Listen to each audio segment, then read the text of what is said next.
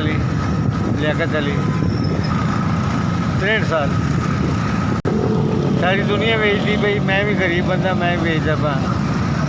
अब बस रोटी कमा रहा। गरीबी गरीबी गरीबी अटक तो आए हैं। हाँ जी, चार मिस्त्री नाल काम कर, मिस्त्री नाल। हुण जिहड़ा बुढ़ा हो गया, हुण काम नहीं होंदा, हुण मास बचे ना पा 400-500।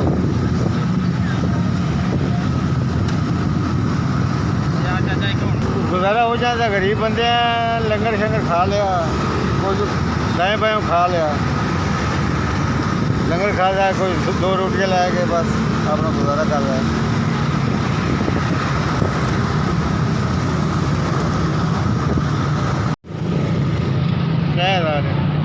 जिस भाई पैसे देते ना, मेहरबानी अल्लाह पाक उन्होंने सलामत रखे, भला होवे।